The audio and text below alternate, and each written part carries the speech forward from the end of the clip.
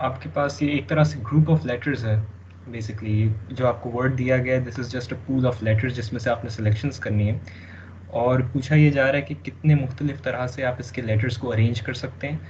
3 cases हैं आपके पास। एक केस ये है कि जो भी आप कॉम्बिनेशन ऑफ लेटर्स बनाएंगे, वो ज़रूरी नहीं है कि कोई आपके पास डिक्शनरी का वर्ड बने, लेकिन पॉइंट ये है कि आप इस पूल से रीअरेंज करके जब लेटर्स बनाएंगे, पहले केस में जो आप नया वर्ड बना रहे हैं उसकी लेंथ सेम होनी चाहिए जो आपको गिवन पूल है उससे। ठीक है, तो आपके गिवन पूल में आई थिंक 10 लेटर्स बनते हैं, 1 2 3 4 5 6 7 8 9 10। ठीक है, तो 10 का पूल है, और पहले केस में आपने एक 10 लेटर वर्ड बनाना है, और आपसे पूछा जा रहा है कि कितने मुख्तलिफ अरेंजमेंट्स में आप इसको बना सकते हैं। ठीक है, उसके बाद सेकंड केस में पूछा ये जा रहा है कि अब आप उसमें से एक स्मॉलर सबसेट बना रहे हैं। ठीक है, तो आप उसको रीअरेंज करें इस तरह से कि मैक्सिमम लेंथ, यानी कि सॉरी मैक्सिमम नहीं, एग्जैक्टली इस वाले केस में लेंथ आपकी 4 होनी चाहिए। तो अब आपने इसमें से ये देखना है कि कितने मुख्तलिफ वर्ड्स बन सकते हैं जब आप इन गिवन लेटर्स में से सिर्फ 4 उठा रहे हो। ठीक है, और आखिरी केस में आपने ये देखना है कि सारी वो पॉसिबिलिटीज़ जब आपके पास लेंथ इससे कम भी हो, यानी 10 से कम भी हो, या 10 की इक्वल हो, तो यानी कि आप इसमें से 10 के पूल में से एक लें या 2 लें, और अप टू 10 आप सिलेक्शंस करें, तो आप कितने मुख्तलिफ वर्ड्स फॉर्म कर सकते हैं।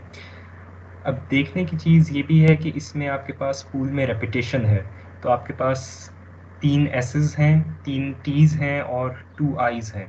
तो जब वो आप ज़ाहिर है कि ट्रीट कर रहे होंगे as separate elements of the pool, लेकिन जब वो सेम लोकेशन पे आएंगे तो वो ज़ाहिर है कि आपके पास एक डिफरेंट वर्ड नहीं बनेगा। ठीक है, तो अब वो पॉसिबिलिटीज़ आपने उसमें से सब्ट्रैक्ट करनी होंगी। तो बेसिकली अभी एक काइंड ऑफ कॉम्प्लेक्स परमिटेशन या कॉम्बिनेशन का प्रॉब्लम है। आपने ये देखना है कि परमिटेशन है या कॉम्बिनेशन है या आप मल्टीप्लिकेशन मेथड से करते हैं, ये अब आपके ऊपर है। तो वो आपको जो क्राइटेरिया बताए थे, बल्कि आखिर में यहाँ पे एक टेबल भी था कि आप किस तरह से जज कर सकते हैं कौन सी टेक्निक अप्लाई करनी है, उसको इस्तेमाल करके आप डिसाइड करें कि आप इस पर कौन सी टेक्निक अप्लाई करेंगे, और फिर आपको मल्टीपल स्टेजेस में वो अप्लाई करनी पड़ेगी। तो आपको लेट्स से आप पहले केस को लें कि the length of the new word must be the same as that of the original. तो आप स्टार्ट करें उस केस से जहाँ पे आपके पास आप इन सारे लेटर्स को जो रिपीट भी हो रहे हैं उनको सेपरेट लेटर्स एज्यूम कर रहे हैं या ट्रीट कर रहे हैं। तो अगर आप सारी पॉसिबिलिटीज़ निकालें कि दिस इज़ लेटर 1 2 3, इन सारों को मैं कितनी दफ़ा रीअरेंज कर सकता हूँ, वो आपके पास एक नंबर आ जाएगा। उसमें से फिर आप वो नंबर सब्ट्रैक्ट करेंगे कि रिपीटेड वर्ड्स कौन से फॉर्म हो रहे हैं, कि जहाँ पे आपके पास जो रिपीटेड लेटर्स हैं वो सेम पोजीशंस पे आए, वो केसेस आप रिमूव करें उसमें से। ठीक है, तो आपको प्रॉब्लम थोड़ी सी स्टेजेस में डिवाइड करनी पड़ेगी। ठीक है, ये सर ठीक है। कुछ आइडिया हुआ है या फिर अभी भी मैं कुछ और बताऊं? करके तो आपको नहीं दूंगा, ये सर आप लोगों की असाइनमेंट है। सर लाइक अब ये जो हमें कह रहे हैं कि एग्जैक्टली आपके पास 4 होना चाहिए, तो इसमें तो हम NCR यूज करेंगे ना, क्योंकि उन्होंने हमें एक ऑर्डर का बोला है कि 4 तक।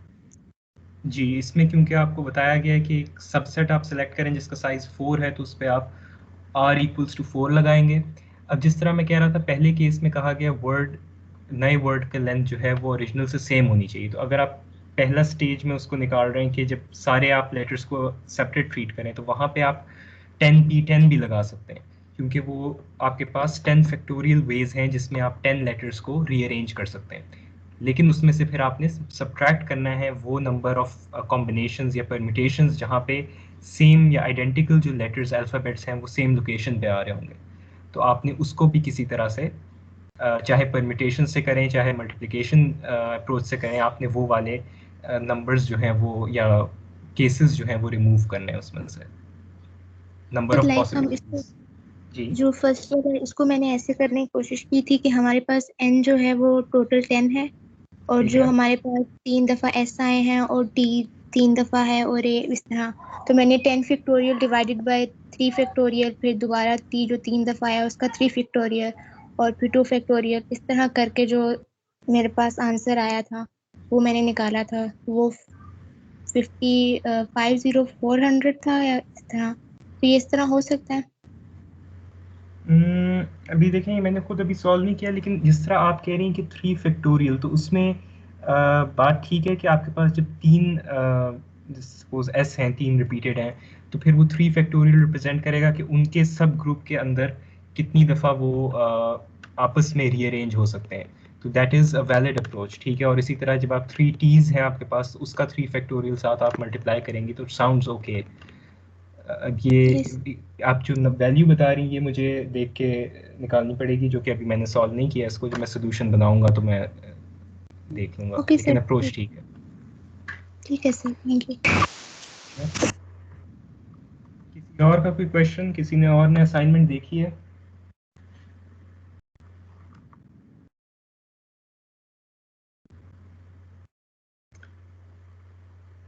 चलें। अच्छा, आज का टॉपिक है प्रोबेबिलिटी से रिलेटेड ही आगे अब हम कंडीशनल प्रोबेबिलिटी की तरफ जा रहे हैं, ठीक है। तो अभी तक प्रोबेबिलिटी में हमने बात की है, एक तो ये कि बेसिक आपके पास प्रोबेबिलिटी क्या होती है किसी इवेंट की, सिंपल प्रोबेबिलिटी क्या होती है, जिसको हमने डिफाइन किया था कि probability of an event A is simply the number of outcomes that satisfy event A divided by the total possible number of outcomes, ठीक है। इसके बाद एक वीक हमने लगाया है ये जो नंबर है, जो number of outcome satisfying an event, total number of outcomes in the sample space, इस नंबर को इवेल्युएट करने के लिए हमने काउंटिंग टेक्निक्स 3 आइडेंटिफाई की थी, जिसकी अभी हम बात भी कर रहे थे, मल्टीप्लिकेशन थ्योरम, कॉम्बिनेशंस और परम्यूटेशंस। तो फिर हमने काउंटिंग टेक्निक्स की बात की थी कि किस तरह से हम इन नंबर ऑफ इवेंट्स को एवेल्युएट कर सकते हैं, बगैर इसका ये काम किए कि हम पूरी सैम्पल स्पेस को एज अ सेट लिखें और फिर हम देखें कि एग्जैक्टली जो इवेंट है उसके सेट ऑफ आउटकम्स क्या हैं, जो कि थोड़ा टीडियस हो सकता है। तो उसको अवॉइड करने के लिए हमने टेक्निक्स निकालनी थी, लेकिन अल्टीमेटली हमने उन टेक्निक से एक पर्टिकुलर इवेंट की प्रोबेबिलिटी निकालने की कोशिश की थी कि उस इवेंट के जितने भी आउटकम्स हैं जो उसको सेटिस्फाई करते हैं उनका नंबर निकालें और फिर उससे हम उस इवेंट के होने का चांस निकालें। आज का जो टॉपिक है कंडीशनल प्रोबेबिलिटी का, वो इससे रिलेट करता है कि किसी पर्टिकुलर इवेंट ए की क्या प्रोबेबिलिटी है, प्रोवाइडेड दैट एक और इवेंट, सेपरेट इवेंट हो चुका है। तो हम बेसिकली ये देखना चाहेंगे कि जहां हम पहले कह रहे थे कि हमारे पास ये एक्सपेरिमेंट है, लेट्स सपोज आप डाइस रोल कर रहे थे, उसके अंदर आपके पास सैम्पल स्पेस थी स्कोर्स फ्रॉम 1 to 6, और उसमें आप कोई इवेंट डिफाइन करते थे कि लेट्स सपोज एक इवेंट है the score is greater than 3, तो आप सिंपली ये देखते थे probability of the event that the score is greater than 3, वो आप सैम्पल स्पेस में से निकालते थे। अब हम ये देखेंगे कि लेट्स सपोज एक मैं सेकंड इवेंट डिफाइन करूं कि द स्कोर इज 5 एग्जैक्टली, ठीक है। तो A is the event that score is greater than 3, B is the event that the score is 5। अब कंडीशनल प्रोबेबिलिटी में हम इस तरह की बातें करेंगे कि what is the probability of event A या event B happening given that event A has been satisfied. तो फ़र्क ये पड़ेगा कि जहाँ पे आप पहले सैम्पल स्पेस इस्तेमाल करते थे सारी, उसके बजाय अब आपको रिड्यूस सैम्पल स्पेस देखनी पड़ेगी, ठीक है। जब हम जनरली बात करते हैं किसी इवेंट की जिसको हम रिप्रेजेंट कर रहे थे ए से, और उसकी प्रोबेबिलिटी को जब हम रिप्रेजेंट करते हैं प्रोबेबिलिटी ऑफ ए से, तो ये दरअसल ये भी एक कंडीशनल प्रोबेबिलिटी है। This is the probability that event A occurs given that we have a certain sample space S, ठीक है। ये जो मैं यहाँ पे वर्टिकल लाइन लगा रहा हूँ, this basically represents conditional probability. इसको आप रीड करते हैं कि the probability of event A given that event S has occurred, और एस आपको पता है कि हम स्टैटिस्टिक्स में या प्रोबेबिलिटी में सैम्पल स्पेस को डिनोट करने के लिए इस्तेमाल करते हैं। तो हर प्रोबेबिलिटी जो हम इवेल्युएट करते हैं वो कंडीशनल प्रोबेबिलिटी होती है, लेकिन जब हम सैम्पल स्पेस के रिलेटिव प्रोबेबिलिटी निकालते हैं किसी सब स्पेस की, किसी इवेंट की, तो हम उसको सिंप्लीफाई करके लिख देते हैं कि this is simply the probability of event ए, क्योंकि हमें बड़ा क्लियरली पता होता है कि हमारी जो सैम्पल स्पेस है वो क्या है, हमारे all possible set of outcomes क्या हैं, और उसके अंदर मुख्तलिफ इवेंट्स होते हैं, event A, event B, let's suppose an event C, ठीक है। तो ये सिंप्लीफाइड नोटेशन अब से आप जहां भी देखेंगे तो आपको ये समझना चाहिए कि ये अब हम सैम्पल स्पेस के रिलेटिव निकाल रहे हैं, ठीक है, किसी इवेंट की प्रोबेबिलिटी। कंडीशनल प्रोबेबिलिटी की इंपॉर्टेंस वहां पे आती है जब आप रिड्यूस सैम्पल स्पेस से डील कर रहे हो, यानी कि अब आपकी जो ओवरऑल सैम्पल स्पेस थी उसमें से एक सबसेट को आप इस्तेमाल कर रहे हो और उस सबसेट में से मजीद फिर आप एक इवेंट की प्रोबेबिलिटी देखने की कोशिश कर रहे हो, ठीक है। अब ये स्टेटमेंट आपको ये कह रही है कि ए और बी कोई जनरल इवेंट्स हैं सैम्पल स्पेस में, ठीक है। ज़ाहिर है सैम्पल स्पेस जो है वो रिप्रेजेंट करती है all possible set of outcomes को, तो सैम्पल स्पेस के बाहर आपके पास कोई और आउटकम एडिशनल नहीं लाई कर रहा होगा। जितने भी पॉसिबल आउटकम्स होंगे एक्सपेरिमेंट के वो सारे के सारे सैम्पल स्पेस के अंदर ही होंगे, यानी इस सेट एस के अंदर लाई कर रहे होंगे। अब जो probability of A given B है, यानी कि ये अब आप रीड करें कि the probability that event A will occur, जो पहला लिखा होता है आप इसकी प्रोबेबिलिटी देखना चाह रहे हैं कि ये होगा कि नहीं, गिवन दैट इवेंट बी, जो भी सेकंड इवेंट इस लाइन के बाद लिखा होगा, given that this has occurred, तो ये ऊपर भी लिखा हुआ है the conditional probability of A given that event B has already occurred, तो आपको पता है कि ये हो चुका है इवेंट, अब क्या चांस रह गया कि ये वाला इवेंट हो सकता है कि नहीं। तो बेसिकली अब आप ये देख रहे हैं कि पहले जब आप प्रोबेबिलिटी ऑफ ए निकालते थे सिंपली, या जिसको आप लिखते थे ए गिवन एस, जिसको आप लिख सकते हैं, तो बेसिकली आप इसको देखते थे कि कितने आउटकम्स सैम्पल स्पेस में हैं जो कि इस इवेंट को सेटिस्फाई करते हैं, तो आप इस रीजन को देखते थे as a fraction of all the region that is outside that lies inside the sample space, ठीक है। तो यानी कि इस पूरे ब्लू रीजन में से आप देखते थे कि रेड का प्रोपोर्शन कितना। जब आपको ये बता दिया गया कि इवेंट बी जो है वो ऑलरेडी अकर हो चुका है, तो आपके पास जाहिर है कि पॉसिबल आउटकम्स का जो सेट है वो ऑटोमेटिकली रिड्यूस हो गया, क्योंकि अब आपको पता है कि जो भी आपके पॉसिबल आउटकम्स हैं वो अब इस रीजन के अंदर लाई करते हैं जो इवेंट बी के अंदर हैं, क्योंकि आपको ये बताया गया है कि ये इवेंट हो चुका है, अब क्या चांस है कि वही आउटकम इवेंट ए को भी सेटिस्फाई कर रहा हो, ठीक है। तो इवेंट ए के जो सेटिस्फाइंग आउटकम्स बचते हैं अब आपके पास, वो सिर्फ वो वाले हैं जो कि ए और बी के इंटरसेक्शन में लाई करते हैं। तो अगर ए और बी के दरमियान कोई ऐसे आउटकम्स हों जो कि दोनों में कॉमन हो, जो कि दोनों को सेटिस्फाई कर रहे हो इस रीजन में, this region is A intersection B, अगर आपको याद हो तो बेसिकली जब आपके पास इवेंट बी हो चुका तो your sample space effectively gets reduced to just the set of outcomes that lie inside event B. अब आपके पास ये सारी बाकी जो पॉसिबिलिटीज हैं जो बी से बाहर हैं, ये आपको पता है कि अब ये नहीं हो सकती, क्योंकि आपको ये कंस्ट्रेंट दे दी गई है कि event B has already occurred, या कि event B has already been satisfied by whatever random outcome that you selected. तो अब आप जब प्रोबेबिलिटी ऑफ ए निकालेंगे given that event B has already occurred, तब आपके पास इवेंट ए को सेटिस्फाई करने वाले आउटकम्स का नंबर सिर्फ वो बचता है जो कि ए और बी के दरमियान कॉमन थे। तो जो बाहर इवेंट ए के अंदर यहाँ पे लाई कर रहे होंगे आउटकम्स, अब जाहिर है वो भी इनएलिजिबल हो गए क्योंकि वो इवेंट बी को सेटिस्फाई नहीं करते थे, और आपको ये पता है कि event B has been satisfied. इसलिए probability of any event A given that an event B has occurred where both events A and B are subsets of the sample space, उसके लिए फिर आप probability of the intersection, ठीक है, क्योंकि आपके पास अब आपके पास जिसमें आप इंटरेस्टेड हैं जो कि आपकी रिक्वायरमेंट को सेटिस्फाई कर रहा है इवेंट अल्टीमेटली, वो ये वाला है जो कि इंटरसेक्शन में लाई करता है, जो कि दोनों ए और बी में कॉमन है। उसको आप डिवाइड करते हैं ऑल पॉसिबल आउटकम्स है, लेकिन अब आपके पॉसिबल आउटकम्स का जो नंबर है वो सैम्पल स्पेस से रिड्यूस हो गया है, अब वो सिर्फ आपके उस इवेंट तक कन्फाइंड है जो कि आपको बताया गया है कि हैज़ कम टू पास। इसलिए अगर मैं इन दो न्यूमरेटर डिनोमिनेटर को अलग-अलग लिखूं in terms of number of events, ये आप देखें कि ये प्रोबेबिलिटी है, ये भी प्रोबेबिलिटी और प्रोबेबिलिटी है। अगर मैं इसको नंबर ऑफ इवेंट्स में लिखूं तो the probability of A intersection B is simply the number of events that lie in the common region divided by the number of elements in the sample space, ठीक है, क्योंकि अब हमने इसके साथ अगर कंडीशनल का साइन नहीं लगाया है तो this simply means that we are interested in the probability of A intersection B given that a certain sample space. और इसी तरह probability of B is equal to probability of B given the sample space, यानी कि number of events in B divided by number of events in the sample space.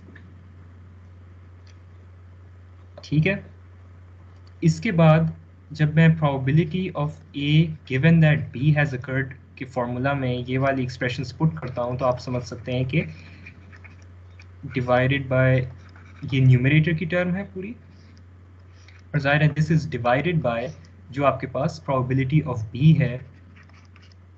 तो जब आप इसको solve करेंगे you simply end up with the number of events inside the intersection divided by the number of events in satisfying event B.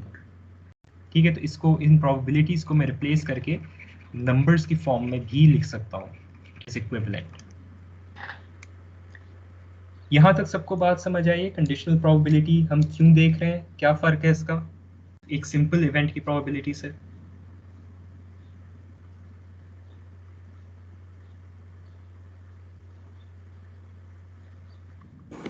Yes sir. ठीक है, तो important चीज़ अब ये है समझने की कि जब आप कंसिडर कर रहे हैं कि अगेन जस्ट टू रिकैप कि जब आपके पास एक पर्टिकुलर इवेंट ऑलरेडी हो चुका है तो अब आपकी सैम्पल स्पेस का साइज रिड्यूस हो गया है, तो you are effectively dealing with a conditioning event. तो ये जो भी आपके पास जो इवेंट है विच हैज़ ऑलरेडी अकर्ड, इसको आप कहते हैं कि this is the conditioning event, क्योंकि ये आपके प्रॉब्लम के ऊपर कंडीशन इम्पोज कर रहा है कि ये ऑलरेडी हो चुका है, या हो सकता है इवेंट हो कि दिस डज नॉट अकर। तो अगेन डज नॉट अकर भी एक इवेंट इन इटसेल्फ होता है कि यानी कि B complement is also an event. You could find the probability that A occurs given that B does not occur. So that is also a valid event. ठीक है, लेकिन जो भी यहाँ पे कंडीशनिंग लाइन के बाद जो आप इवेंट लिखते हैं that is the conditioning event, जिसका आपको पता है कि ये हो रहा है या नहीं हो रहा है, विच इम्पोजेस द कंडीशन। और पहले जो आप लिखते हैं दैट इज़ द इवेंट जो कि आप इंटरेस्टेड हैं कि क्या अब ये इवेंट हो सकता है या नहीं हो सकता है। ठीक है, और अगेन जब भी आप सिंपली इस तरह से प्रोबेबिलिटी लिखते हैं that means that you are dealing with the entire sample space. तो अब आपके पास रिडक्शन नहीं हो रही, या आपके पास कोई कंस्ट्रेंट नहीं लगी हुई। वाहिद कंस्ट्रेंट ये है कि ज़ाहिर है किसी भी एक्सपेरिमेंट की कोई मैक्सिमम सेट ऑफ आउटकम्स होंगे जो कि आपका सैम्पल स्पेस डिफाइन कर रहा होगा। तो इफेक्टिवली जब सैम्पल स्पेस कंडीशनिंग इवेंट होता है या सैम्पल स्पेस एक वो लिमिटिंग सेट होता है तो आप उसको सिंप्लीफाई करके लिख सकते हैं, क्योंकि सैम्पल स्पेस से बढ़ के कोई wider range of outcomes possible नहीं है। ठीक है, इसकी एक एग्जांपल अब देख लेते हैं। एग्जांपल में ये कहा जा रहा है कि एक प्रोडक्शन फैसिलिटी है जहाँ पे लेट्स सपोज एक बैच में 500 मशीन पार्ट्स बने, ठीक है, 500 मशीन पार्ट्स बनाए गए हैं। अब इसके ऊपर आपने क्वालिटी कंट्रोल एंड एश्योरेंस की कोई टेक्निक इस्तेमाल करनी है, आपने इनकी इंस्पेक्शन करनी है इनको आगे फैक्ट्री की तरफ भेजने से पहले। अब सवाल के अंदर दो इवेंट्स बाय डिफ़ॉल्ट डिफाइंड हैं, ठीक है। पहला इवेंट है कि let I denote the event that a machine part is improperly assembled, और सेकंड इवेंट है D denotes the event that it contains one or more defective components. ठीक है, तो अब आपके पास अगर आप इसको विजुलाइज करना चाहें तो you have 500 machine parts which could be a complicated assembly of individual elements. ठीक है, एक इवेंट आई ये वाला है कि आपके पास लेट्स सपोज 4 बार मैकेनिज्म है, ठीक है, 4 बार लिंकेज है, आपका कोई मशीन पार्ट बन रहा है। और इवेंट आई ये है कि उसके अंदर जो इंडिविजुअल 4 लिंकेजेस हैं वो सही से असेंबल नहीं है, ठीक है, तो इम्प्रॉपर असेंबली है। और इवेंट डी जो है वो ये इवेंट है कि जो उसके अंदर इंडिविजुअल लिंकेजेस हैं, जो मैं एग्जांपल दे रहा हूँ कि उसके अंदर जो इंडिविजुअल कंपोनेंट्स हैं, इंडिविजुअल लिंकेजेस आपने इस्तेमाल की वो डिफेक्टिव थी। ठीक है, तो इवेंट आई जो है वो इम्प्रॉपर असेंबली के बारे में बात कर रहा है। अब हो सकता है इम्प्रॉपर असेंबली इसलिए हुई हो कि उसके अंदर इंडिविजुअल कंपोनेंट्स डिफेक्टिव थे, या किसी और वजह से भी हो सकता है। तो अभी आपको ये नहीं पता कि इवेंट आई जो है वो डी पे डिपेंड करता है या नहीं करता है। ठीक है, और इसी तरह कंपोनेंट के डिफेक्टिव होने से असेंबली इम्प्रॉपर होगी ये भी ज़रूरी नहीं है, और ये भी ज़रूरी नहीं कि असेंबली प्रॉपर हो। ठीक है, तो आपने पहले से सवाल पूरा पढ़े बगैर आपने ये कोई कंक्लूजन नहीं निकाल लेना कि इवेंट्स आपस में डिपेंडेंट हैं, इंडिपेंडेंट हैं, किस तरह से रिलेटेड हैं। ठीक है, आगे आपको ये बताया गया है कि the number of outcomes lying in event I is 30। ठीक है, तो सैंपल स्पेस कितनी है, सैंपल साइज क्या है आपके पास? 500। जी, तो सैंपल साइज आपके पास 500 है, जो कि पूरा बैच ऑफ कंपोनेंट्स है। उसमें से आपको बताया गया है कि 30 ऐसे पार्ट्स हैं जिनकी असेंबली सही से नहीं हुई। उसके बाद ये बताया गया number of events in number of outcomes in event D is 15, यानी कि basically you have 15 parts out of the 500 which have defective components. और आखिरी बात ये बताई गई है कि 10 ऐसे पार्ट्स हैं जिनकी असेंबली भी इनप्रॉपर है और उनके कंपोनेंट्स भी डिफेक्टिव हैं। ठीक है, यानी कि आई इंटरसेक्शन डी का मतलब है कि I also happens and D also happens at the same time. ठीक है, तो इसका मतलब ये हुआ कि 10 ऐसे पार्ट्स हैं जो कि आई को भी eight the same time satisfy करें और डी को भी, इवेंट डी जो है उसको भी eight the same time specify करें। आगे चलने से पहले जरा ये बताएं कि अगर मैं कहता n of I union D is some number, तो इस आई यूनियन डी और आई इंटरसेक्शन डी में क्या फर्क है फिजिकली या in terms of interpretation? Sir अलग-अलग होते हैं, जैसे कि कुछ इफेक्टिव होते हैं और कुछ डिफेक्टिव। तो आई जी, यूनियन डी में तो आ जाएंगे, आई इंटरसेक्शन डी में मतलब जो दोनों में कॉमन है, मतलब जो मशीन जिनमें दोनों डिफेक्ट्स हैं, मतलब असेंबल भी नहीं है और वो डिफेक्टिव भी हैं, वो इंटरसेक्शन में आएंगी, बट यूनियन में सारी आ जाएंगी।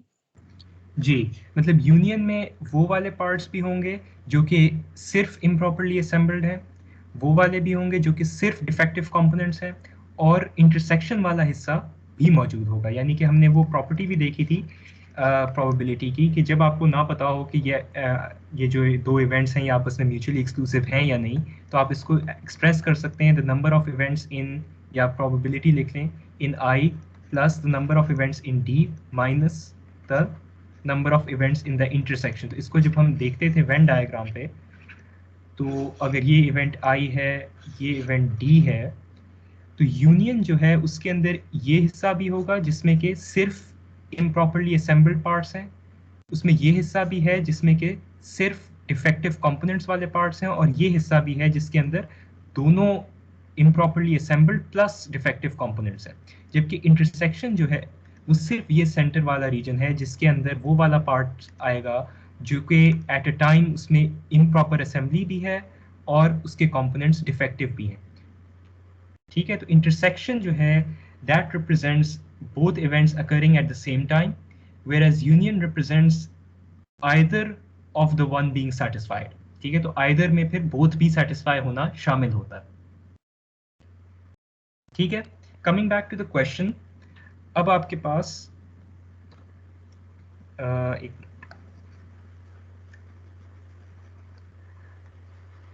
जाहिर है आपको बताया गया है कि इंटरसेक्शन में कितने इवेंट्स या आउटकम्स लाई करते हैं, तो you have 10 parts which are both improperly assembled and defective and have defective components at the same time. अब पूछा यह जा रहा है पहले पार्ट में कि if one machine part is selected for inspection, 500 का बैच है उसमें से एक सेलेक्ट किया जा रहा है, what is the probability of getting a part with one or more defective components? ये किस तरह से निकालेंगे?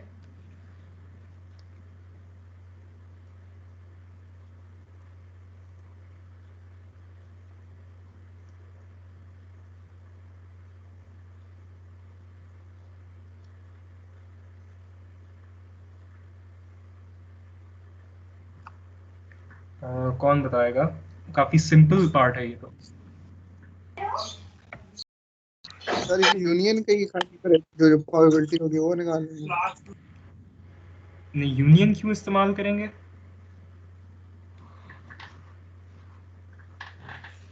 से 15। 15 या 15 का आगे कुछ करेंगे भी? 15 - 10 कर देंगे सर। 15 जैसे पहले minus- पार्ट के लिए तो सिर्फ डिफेक्टिव को पॉइंट दे, दूसरे पार्ट के लिए आपने वो इंटरसेक्शन देखना है कि कितने डिफेक्टिव हैं जो कि इम्प्रॉपरली मैन्युफैक्चर हुए हैं या असेंबल हुए हैं, तो फिर वो जी, पहले इंटरसेक्शन आ जाएगा हाँ, तो 10। पहले पार्ट में आगे आगे वाले को देखते हैं। अभी पहले पार्ट में आपको सिंपली ये पूछा गया है कि what is the probability of getting a part with one or more defective components.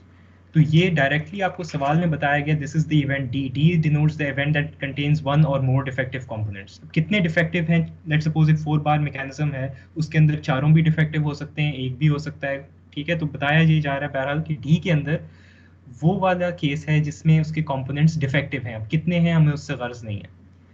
तो पहले क्वेश्चन में का आंसर सिंपली आपने ये देखना है कि what is the probability of event D, ठीक है। और प्रोबेबिलिटी मांगी गई है, नंबर ऑफ इवेंट्स नहीं मांगा गया। तो आपने number of events in D को नीचे किससे डिवाइड करेंगे? सैंपल से 500 से। सैंपल साइज से। तो this probability would be 15 divided by 500, ठीक है।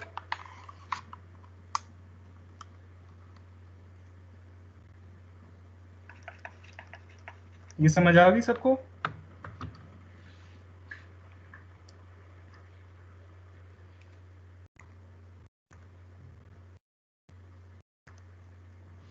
चलिए, अब सेकंड पार्ट में क्या पूछा जा रहा है। सेकंड पार्ट ये कह रहा है कि what is the probability of getting a part with one or more defective components given that the selected part is improperly assembled। अब इसका और पिछले पार्ट में क्या फर्क होगा? दोनों में आपसे ये पूछा जा रहा है कि डिफेक्टिव कंपोनेंट उठाने की क्या लाइक्लीहुड है, लेकिन फर्क क्या है इनमें?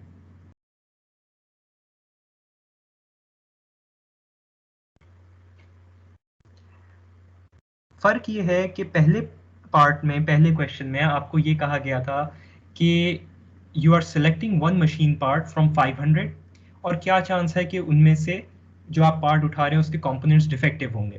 तो that is simply the probability of event D given your entire sample space, ठीक है। इसीलिए हमने डायरेक्टली प्रोबेबिलिटी ऑफ डी निकाल ली। सेकेंड पार्ट आपको ये कह रहा है कि 500 मशीन पार्ट्स में से आपने एक मशीन पार्ट सेलेक्ट करना है इंस्पेक्शन के लिए। क्या चांस है कि वो वाला पार्ट के कंपोनेंट्स डिफेक्टिव होंगे given that the selected part is improperly assembled. यानी कि 500 में से जो आपने पार्ट उठाया, अब आपको ये पता है कि वो वाला पार्ट इम्प्रॉपरली असेंबल्ड है। अब क्या चांस बच गया कि उसके कंपोनेंट्स डिफेक्टिव होंगे। So now you are interested in the probability of event D, क्योंकि D still denotes the event that the selected part has a defective component. So this thing is still represented by event D. लेकिन modification क्या है? That now you know that the selected part is improperly assembled and this was event I. So now you are interested in the probability of event D given that event I has already occurred. ठीक है, यानी कि you are interested in the probability कि जो आपने part उठाया 500 में से उसका कंपोनेंट डिफेक्टिव होगा, प्रोवाइडेड दैट आपको पहले से पता है कि जो मैंने पार्ट उठाया उसकी असेंबली ठीक नहीं हुई थी। तो अगर मैं इसको वेन डायग्राम से रिप्रेजेंट करूं अगेन, तो ये आपके पास सैंपल स्पेस था जिसके अंदर 500 पार्ट्स थे। अब इसके अंदर डिवीजन इस तरह से हुई हुई थी, जो कि आपको क्वेश्चन में बताया गया था कि 30 ऐसे पार्ट्स हैं, ठीक है, जिनकी असेंबली इम्प्रॉपर है, और इन्हीं 500 पार्ट्स में से 15 ऐसे पार्ट्स हैं जिनके कंपोनेंट्स डिफेक्टिव हैं, और वो जो 15 डिफेक्टिव कंपोनेंट्स वाले पार्ट्स हैं उनमें से 10 ऐसे हैं जिनकी असेंबली भी इम्प्रॉपर थी। तो अगर मैं इसके वेन डायग्राम के एरियाज को नंबर्स के फॉर्म में लिखूं, तो अब मेरे पास, मुझे पता है कि सिर्फ आई वाले एरिया में, यानी कि सिर्फ इस हिस्से में मेरे पास अब 30 - 10 यानी कि 20 पार्ट्स होंगे, ठीक है। 10 ऐसे होंगे जो कि इन दोनों के कॉमन होंगे, और फिर यहाँ पे 5 ऐसे होंगे जो कि सिर्फ डिफेक्टिव होंगे, ठीक है। पहले क्वेश्चन में जब मुझसे पूछा गया था कि मैं 500 में से कोई एक पार्ट रैंडमली उठा रहा हूँ, क्या चांस है कि उसके कंपोनेंट्स डिफेक्टिव होंगे, तो मैं सारे सैंपल स्पेस में से इस हिस्से में इंटरेस्टेड था, ठीक है, जो कि डायरेक्टली इवेंट डी बन रहा था। तो इसलिए मैंने number of outcomes या number of such parts which satisfy event D, which is 15 divided by the number of parts in the sample space, उससे probability निकाली थी। सेकंड क्वेश्चन में मुझसे ये कहा जा रहा है कि क्या चांस है कि मेरा पार्ट जो है उसके कंपोनेंट्स डिफेक्टिव हों, given that I already know जो मैंने पार्ट उठाया है वो इम्प्रॉपरली असेंबल्ड है। तो पहली चीज़ ये हुई कि मेरी सैम्पल स्पेस रिड्यूस हो गई। पहले मैं रैंडमली 500 के बैच में से एक उठा रहा था और देख रहा था कि क्या चांस है कि इसका कंपोनेंट डिफेक्टिव होगा। अब मुझे पता है कि जो मैंने 500 में से एक उठाया है वो इम्प्रॉपरली असेंबल्ड है, तो मेरी जो सैम्पल स्पेस है वो अब रिड्यूस होके सिर्फ इवेंट आई की बाउंड्री तक कन्फाइन हो गई है। This is now my reduce sample space, या ये इवेंट आई जो है मेरा कंडीशनिंग इवेंट बन गया है। अब मैं इस बात में इंटरेस्टेड हूं कि इस कन्फाइंड सिलेक्शन में से क्या चांस है कि जो मैं पार्ट उठाऊंगा वो उसके कंपोनेंट्स डिफेक्टिव होंगे। तो वो हिस्सा अब सिर्फ ये वाला बचता है जिसके अंदर 10 पार्ट्स लाए करते हैं, और ये अब जाहिर है कि इंटरसेक्शन है इवेंट्स डी और आई का। तो इसको जब हम कंडीशनल प्रोबेबिलिटी हम फाइंड करेंगे इसकी, तो हम इसको लिखेंगे जिस तरह से पीछे कंडीशनल प्रोबेबिलिटी का जनरल फार्मूला था, वो आप देख सकते हैं कि वेन डायग्राम से भी सपोर्ट हो रहा है। तो ये आप लिखते हैं the probability of D intersection I divided by the probability of I. ठीक है, तो जो कंडीशनिंग इवेंट है वो डिनोमिनेटर में आता है और इन दोनों इवेंट्स का इंटरसेक्शन जो है वो न्यूमरेटर में आता है। और ये याद रखिएगा कि इससे कोई फर्क नहीं पड़ता कि मैं इंटरसेक्शन में पहले कौन सा लिखता हूँ। ठीक है, तो this is the same thing. ठीक है, दोनों इवेंट्स का इंटरसेक्शन नंबर वगैरह प्रोबेबिलिटी सेम होगी, लेकिन इससे फर्क पड़ता है कि मैं कंडीशनल प्रोबेबिलिटी की नोटेशन में पहले क्या लिखता हूँ। Probability of D given I is not necessarily equal to the probability of I given D, क्योंकि आपके पास यहाँ पे डिनोमिनेटर में वो टर्म आती है जो कि कंडीशनिंग इवेंट को रिप्रेजेंट करती है। तो since it is very likely that probability of I will not be equal to the probability of D, therefore you cannot switch the conditioning events around. ठीक है, समझ आ रही है?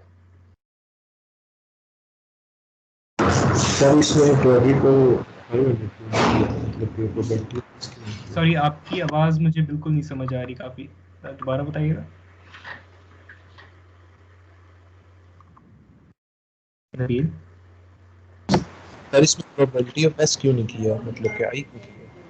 हाँ, यही मैं समझा रहा हूँ कि यहाँ पे अब आपको एक कंडीशन दी गई है। ठीक है, पूछा ये जा रहा है what is the probability of getting a part with one or more defective components given that the selected part is improperly assembled. तो कंडीशन जो लग रही है आपके पास, ये सेकंड हिस्सा जो है आपके क्वेश्चन का, गिवन दैट के आगे से, ये आपके सिलेक्शन के ऊपर एक कंस्ट्रेंट लगा रहा है। ठीक है, आपकी जो सैंपल स्पेस थी 500 की, उसमें से अब आपके पास ये आपको पता चल गया है कि जो आपने पार्ट उठाया है वो इम्प्रॉपरली असेंबल्ड है, और इम्प्रॉपरली असेंबल्ड होने का जो नंबर है वो हमारे पास 30 है। इसमें से अब आप एक और, मतलब कि एक पार्ट रैंडमली उठा रहे थे, उठा आप इसी में से रहे थे 500 में से, लेकिन अब आपको ये पता चल गया था कि वो पार्ट इम्प्रॉपरली असेंबल्ड है। तो अब आपकी जो सिलेक्शन थी वो लिमिट हो गई है सिर्फ उस हिस्से तक जो कि इम्प्रॉपरली असेंबल्ड है। तो अब आपने वो नैरो डाउन कर लिया था पॉसिबिलिटीज को फ्रॉम 500 टू जस्ट 30, जो कि इम्प्रॉपर असेंबली की कंडीशन को मीट करते हैं। और फिर अब आप इसमें से देख रहे हैं कि इम्प्रॉपर असेंबली में से अब वो पार्ट डिफेक्टिव हो सकता है, इसकी क्या चांस है। ठीक है, अगर मैं इस क्वेश्चन को अल्टरनेटिवली फ्रेम करता, मैं कहता कि you have a batch of 500 machine parts. If one machine part is selected for inspection, what is the probability of getting a part with one or more defective components that is also improperly assembled? ठीक है, तो मैं आपको ये पहले से नहीं बता रहा कि वो improperly assembled है, मैं आपसे ये पूछ रहा हूं कि क्या चांस है कि उसमें दोनों चीजें होंगी। ठीक है, अगर मैं इसको लिखूं कि अगर मैं एक और क्वेश्चन लिखूं, what is the probability of getting a part with one or more defective components that is also improperly assembled. अच्छा, ये तो समझ आ गई कि this was probability of D. अब आप सेकंड और ये जो थर्ड मैंने अभी लिखा है केस, इनको आपस में कंपेयर करें, इनकी वर्डिंग को कंपेयर करें. सेकंड पार्ट आपको ये कहता है कि क्या चांस है मैं ऐसा पार्ट सेलेक्ट करूंगा जिसके कंपोनेंट्स डिफेक्टिव होंगे, गिवन दैट, यानी कि अब आपको पता है कि वो जो सिलेक्टेड पार्ट है वो इम्प्रॉपरली असेंबल्ड है. गिवन दैट का मतलब ये है कि अब आपको पता चल गया कि उसके ऊपर ये कंडीशन जो है अप्लाई हो रही है. जो मैंने यहाँ पे तीसरा क्वेश्चन लिखा है कि what is the probability of getting a part with one or more defective components that is also improperly assembled. इसके अंदर आपको ये नहीं बताया गया कि आपने जो सिलेक्ट किया है वो improperly assembled है. आपसे ये पूछा जा रहा है कि क्या चांस है कि जो मैं पार्ट सिलेक्ट करूंगा उसके कंपोनेंट्स डिफेक्टिव होंगे और वो improperly assembled भी होगा. तो ये फर्क आ जाता है कंडीशनल प्रोबेबिलिटी में और आपके पास रेगुलर प्रोबेबिलिटी में. अब ये वाला जो सेकंड क्वेश्चन है, this is the probability of D given that event I happens, जबकि ये वो वाला केस है कि दोनों आप सैंपल स्पेस में से निकाल रहे हैं, ठीक है, बट बोथ मस्ट हैपन. फर्क अब यहाँ पे इसलिए आ रहा है कि यहाँ पे आपको सेकंड क्वेश्चन के अंदर कंस्ट्रेंट था कि it is improperly assembled. Third question के अंदर आपको ये नहीं बताया गया कि इम्प्रॉपरली असेंबल्ड है या उसके कंपोनेंट्स डिफेक्टिव हैं. पूछा यह जा रहा है कि चांस क्या है कि मैं सिलेक्ट करूंगा तो उसके अंदर कंपोनेंट्स डिफेक्टिव भी होंगे और इम्प्रॉपरली असेंबल्ड भी होगा. इस क्वेश्चन में आप इसको डिवाइड करेंगे सैंपल स्पेस के नंबर से. ये फर्क है वर्डिंग का, या और ये फर्क है आपके बेसिकली जो आपकी कंस्ट्रेंट है उसमें, कि आपके पास सेकंड क्वेश्चन में कंस्ट्रेंट है कि जो आप सिलेक्ट कर रहे हैं वो आपको पता है कि इट इज इम्प्रॉपरली असेंबल्ड, या आपको पता है कि उसके ऊपर ये कंडीशन अप्लाई हो रही है. थर्ड पार्ट में, थर्ड क्वेश्चन में आपको ये नहीं पता कि उसके ऊपर कंडीशन सेटिस्फाई हो रही है या नहीं हो रही है. सिंपली पूछा ये गया है कि दोनों चीजें उस पे हों, इसलिए ये डिनोमिनेटर का फर्क आता है. ये समझ आई है या अभी भी नहीं समझ आई? ये समझना जरूरी है क्योंकि यही इंपॉर्टेंट फर्क है कंडीशनल प्रोबेबिलिटी का और बेसिक प्रोबेबिलिटी में. नबील, आपको समझ आई है? जी सर, आ गया. बाकी किसी का कोई क्वेश्चन हो, ना समझ आई हो? क्लियर है सर. ठीक है.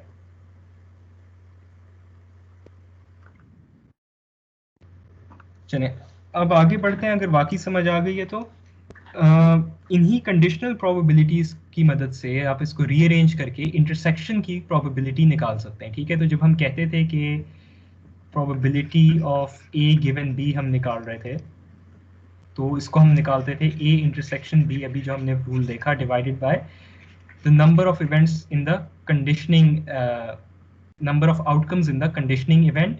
और इसके ऊपर एक और साथ कंडीशन अप्लाई होती है जो कि पीछे लिखी हुई थी फॉर्मूले के साथ, कि जो कंडीशनिंग इवेंट है उसकी प्रोबेबिलिटी खुद से जीरो नहीं होनी चाहिए. ठीक है, यानी कि sorry, probability of B must not be zero. या इसी तरह अगर मैं इसको नंबर ऑफ इवेंट्स की टर्म्स में लिख रहा हूँ तो the number of events satisfying the conditioning event must not be zero, क्योंकि जाहिर है अगर कंडीशनिंग इवेंट नहीं हो सकता तो फिर आप उसके रिलेटिव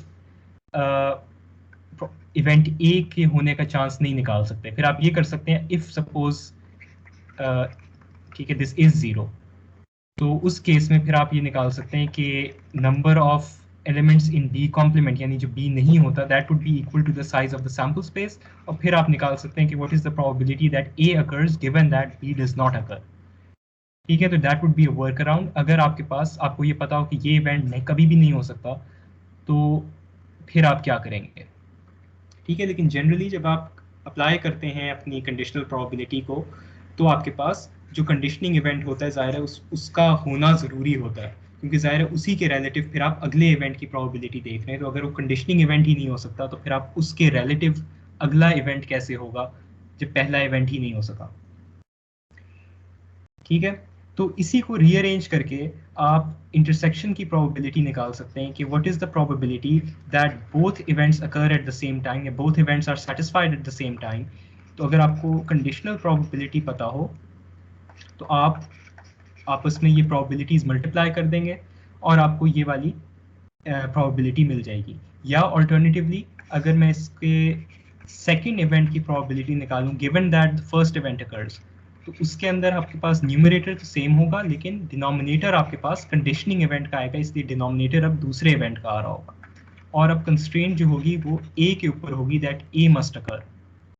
तो ए इंटरसेक्शन बी निकालने के मेरे पास दो तरीके हैं जो कि ऊपर लिखे हुए हैं कि आप probability of A given B अगर इस्तेमाल करें तो साथ उसके बाद फिर कंडीशनिंग इवेंट की प्रोबेबिलिटी यानी कि बी की प्रोबेबिलिटी मल्टीप्लाई होनी चाहिए जो कि नॉन जीरो होगी। या फिर ऑल्टरनेटिवली अगर आपको इवेंट बी की प्रोबेबिलिटी पता है गिवन दैट ए अकर्स, तो फिर आप यहाँ पे कंडीशनिंग प्रोबेबिलिटी मल्टीप्लाई करेंगे इवेंट ए की और वो वाली फिर नॉन जीरो होगी। तो these two would be equivalent, लेकिन यहाँ पे आप कंडीशनिंग इवेंट की प्रोबेबिलिटी मल्टीप्लाई करवाएं ये ज़रूरी है, यानी कि यहाँ पे जो कंडीशनिंग इवेंट है उसकी प्रोबेबिलिटी साथ मल्टीप्लाई होनी चाहिए। ठीक है,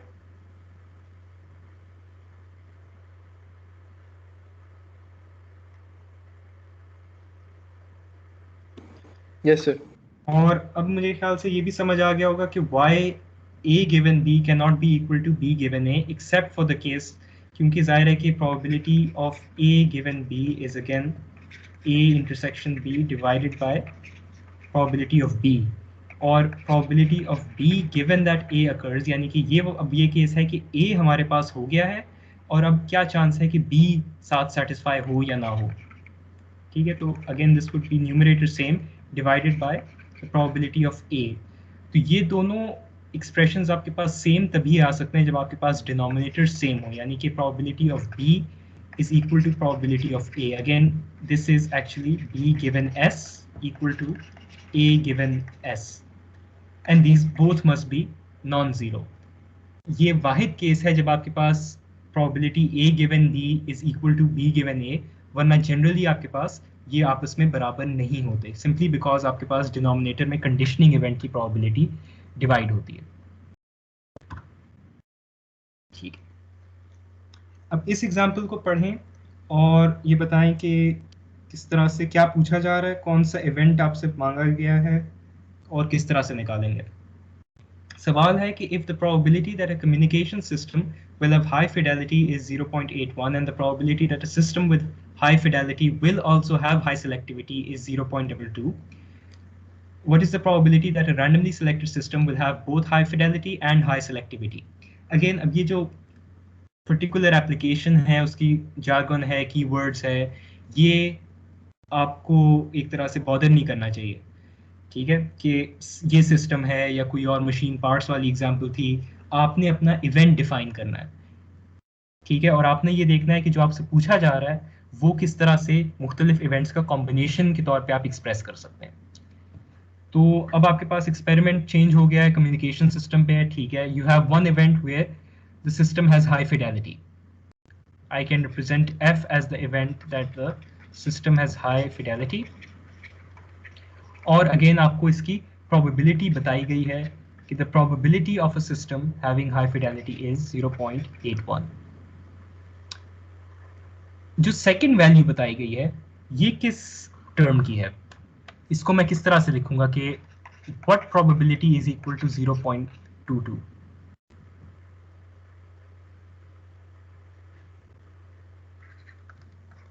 ये एफ की और किसी और की इंटरसेक्शन होगी। लेट्स सपोज मैं एक और इवेंट डिफाइन कर रहा हूँ, क्योंकि मेरे पास यहाँ दो चीज़ों की बात की गई है, high fidelity and high selectivity. तो मैं दो इवेंट्स डिफाइन कर लेता हूँ, F represents high Fidelity, S represents high selectivity. ये तो हमने डिसाइड कर लिया कि सिंपली हाई फिडेलिटी की प्रोबेबिलिटी तो ये थी 0.81 आपको बताई गई थी। 0.22 इस स्टेटमेंट को, यानी कि probability that a system with high fidelity will also have high selectivity is 0.22. ये मैं किस तरह से लिखूंगा? F intersection S. अच्छा, F इंटरसेक्शन S, और अगर मैं लिखना चाहता F गिवन S तो ये किस तरह से लिखा जाता? ये वर्ड्स में किस तरह से एक्सप्रेस होता?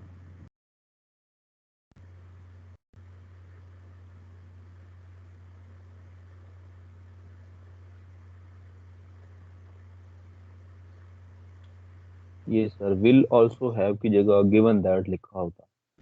गिवन दैट होता, या अगर मैं कहता कि S गिवन F यानी कि the event will have high selectivity given that it will have high fidelity या given that it has high fidelity, ठीक है, तो आपके पास S given F आता।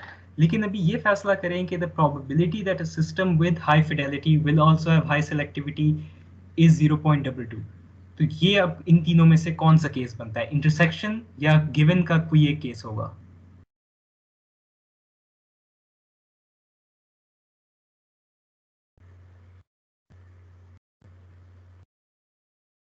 इंटरसेक्शन वाला बनेगा।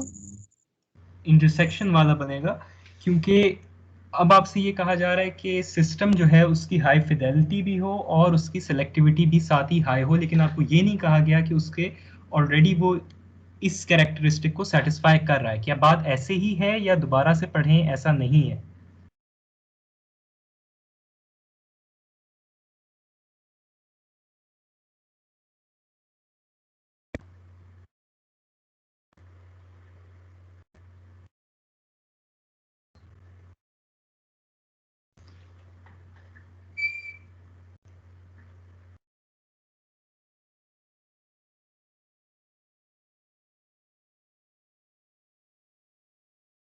देखिए यहाँ पे सवाल में आपको अब ये एक तरह से कंस्ट्रेन कर रहा है। अब ये आपने हमेशा कंडीशनल प्रोबेबिलिटी में एक्सप्लिसिटली गिवन दैट नहीं लिखा होगा। सवाल में आपको कहा गया the probability that a system with high Fidelity will also have high selectivity. Intersection वाला केस अगर होता तो वो इस तरह से होता that a system will have high fidelity and high selectivity, ठीक है। जब आप कह रहे हैं that system with high Fidelity है, तो अब आप स्पेसिफिकली हाई फिडेलिटी सिस्टम की बात कर रहे हैं which also has high selectivity,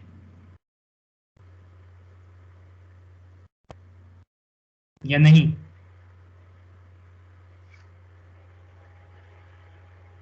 yes sir. ठीक है, तो ये क्या बनेगा फिर? सर एफ एस बनेगा, पी एफ एस। अगेन ये F गिवन S होगा या ये S गिवन F होगा? गिवन आपको ये चीज है कि सिस्टम हैज हाई फिडेलिटी, ठीक है। तो कंस्ट्रेंट ये है, कंडीशनिंग ये है कि the system already has high fidelity. This would B S given F के हाई फिडेलिटी सिस्टम्स में से हाई सेलेक्टिविटी सिस्टम्स कितने हैं, ठीक है। तो this is not intersection, because intersection would be कि आप सारे सिस्टम्स में से रैंडमली सेलेक्ट कर रहे हैं। the probability that a randomly selected system will have high selectivity and high fidelity, या the probability that a system will have high selectivity and high fidelity। लेकिन जब आप कह रहे हैं that probability that a system with high fidelity will also have high selectivity, तो high fidelity उस system की अब एक प्रॉपर्टी चेक हो चुकी है। तो कंडीशनिंग इवेंट आपका हाई फिडेलिटी का है, और उसके बाद आप ये देख रहे हैं कि क्या हाई फिडेलिटी सिस्टम की हाई सेलेक्टिविटी है या नहीं। This would B 0.22, this would be wrong, ठीक है। तो अब क्योंकि कंडीशनिंग इवेंट्स के अंदर जिस तरह से हम जनरल बात करें कि ए गिवन बी के अंदर इनहेरेंटली ये वाला केस तो आता ही है कि उनके आउटकम्स कॉमन हैं, ठीक है। तो ये काफ़ी कॉमनली कंफ्यूज हो जाते हैं कि आपकी जो बताई गई इंफॉर्मेशन है वो event A given event B की है या event A and event B की है। तो इसको आपने थोड़ा सा देखना है, क्योंकि इंटरसेक्शन वाला जो केस है दैट इज अ सबसेट या that can be confused with the conditional probability. Basically जो कंडीशनल प्रोबेबिलिटी है A given B, that is a subset of the case where you have intersection. ठीक है, ये आपकी सैम्पल स्पेस है, ये ए है, ये बी है। जब आप सिर्फ ये प्रोबेबिलिटी निकालते हैं, फर्क ये है कि आप इसको डिवाइड करते हैं number of elements in the sample space से। जब आप कंडीशनल की बात करते हैं तो आप इसी को इस्तेमाल करते हुए डिवाइड करते हैं एक कंडीशनिंग इवेंट के नंबर से। तो ये वाली चीज़ जो है, इसका एलिमेंट दोनों के अंदर मौजूद होगा। ज़ाहिर है ये खुद तो है ही कॉमन इवेंट, और जब आप कंडीशनल की बात करेंगे तो ये चीज़ कॉमन होना उसमें मौजूद लाजमी होगी, क्योंकि आप बात ही उसकी करें जो दोनों इवेंट्स के अंदर आउटकम्स कॉमन होंगे। लेकिन फैसला आपने ये करना है कि क्या आपका सैम्पल स्पेस का साइज रिड्यूस हो रहा है या नहीं। This will give you the hint कि are you interested only in the common events relative to the entire sample space, या are you interested in the number of common events relative to a reduced sample space। तो sample space की जो hint है वो आपको clue इन करेगी कि आपके पास प्रोबेबिलिटी कंडीशनल है या सिर्फ इंटरसेक्शन वाली है। तो क्योंकि आपको यहाँ पे इस क्वेश्चन में कहा गया है that a system with high Fidelity will have high selectivity, तो जाहिर है फिडेलिटी और सेलेक्टिविटी ये तो होना ही है, चाहे वो आप ये वाली चीज निकालें सिर्फ, या आप f गिवन s निकालें, या आप s गिवन f निकालें। This thing will be common in all three. What you need to understand is the sample space being reduced or not? तो अगर ये कहा जाता the probability that a system that a randomly selected system has both high fidelity and high selectivity, again both high fidelity high selectivity इस case में भी है, बिल्कुल है, और होनी भी चाहिए, तभी आप जाहिर है कि कंडीशनल प्रोबेबिलिटी निकाल पाएंगे। लेकिन सैम्पल स्पेस रिड्यूस हो रहा है क्योंकि अब आप सिर्फ बात करें हाई फिडेलिटी सिस्टम्स की में से आप सिलेक्ट कर रहे हैं। ठीक है,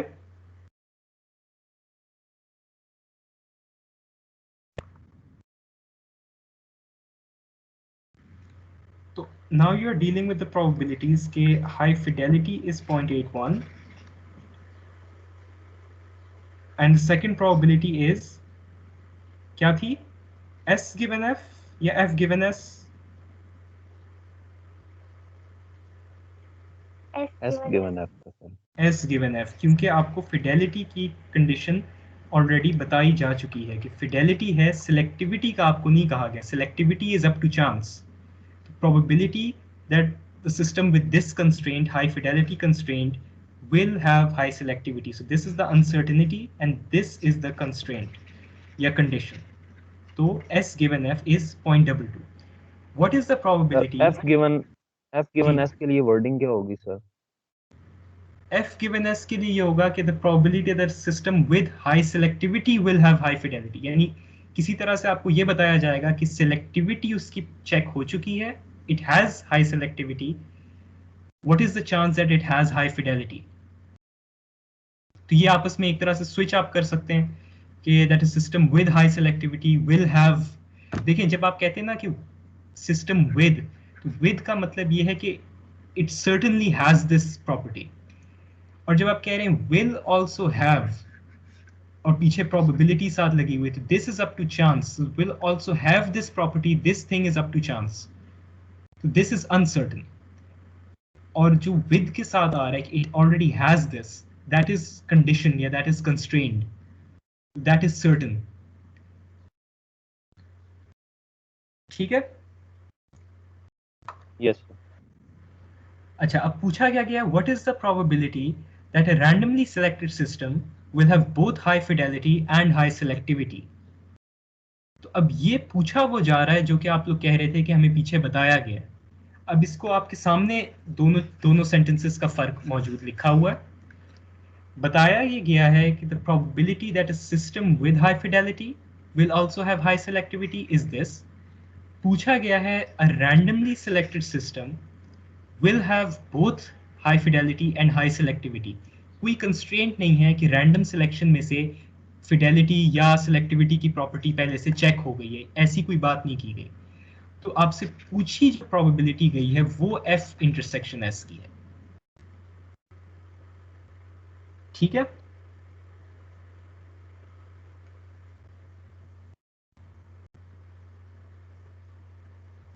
आई होप ये फ़र्क थोड़ा सा Yes, बेहतर yeah. क्लियर हो गया होगा। इसको आप बुक के क्वेश्चन से भी प्रैक्टिस करेंगे तो उम्मीद है कि ज़रा अंडरस्टैंडिंग क्लियर हो जाएगी। अभी ना समझ आई हो तो फिर से मैं बता सकता हूँ, अगर किसी को नहीं समझ आई तो पूछ लें।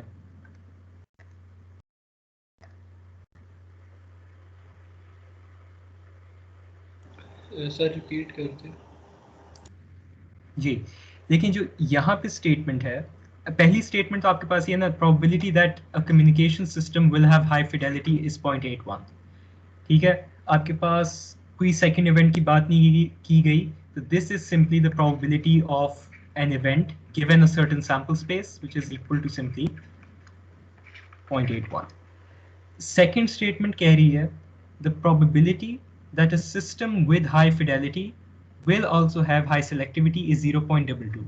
यानी कि आपके पास, अगर मैं सपोज कम्युनिकेशन सिस्टम या कोई स्पीकर की बात करूं कि आपका स्पीकर जो है उसकी फिडेलिटी बहुत अच्छी है, और क्या चांस है कि उसकी सेलेक्टिविटी, एक अच्छे फिडेलिटी के सिस्टम की सेलेक्टिविटी अच्छी होगी, ये आपको बताया जा रहा है। ठीक है, यानी कि अब आपके पास बेसिकली जो आपका सिस्टम है, कम्युनिकेशन सिस्टम है,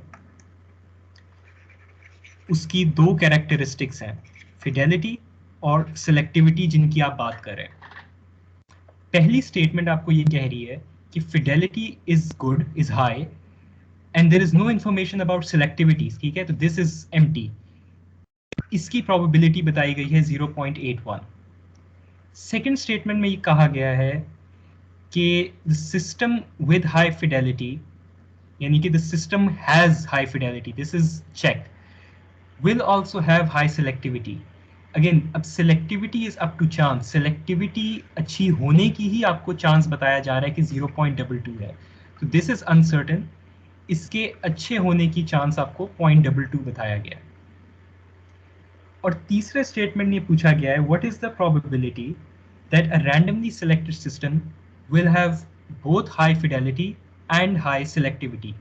तो आप चाहते अब ये वाला केस है जिसपे दोनों पे चेक लगा हुआ हो, ठीक है, फिडेलिटी भी अच्छी हो, सिलेक्टिविटी भी अच्छी हो, और जाहिर है कि आपके पास यहाँ पे अनसर्टिनिटी है कि कुछ केसेस में this could be, both could be bad, या one could be bad the other could be good, या इसी तरह this could be good the other could be bad. आप चाहते वो वाला केस है जिसमें दोनों ठीक हों, आप इसमें इंटरेस्टेड हैं।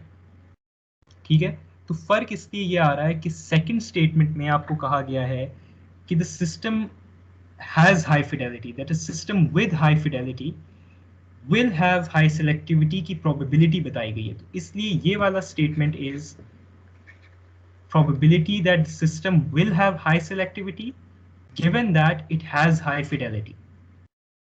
और जो आप conditioning line के बाद event लिखते हैं, that must be the event which you know is satisfied, यानी कि जो आपके constraint apply कर रहा हो case।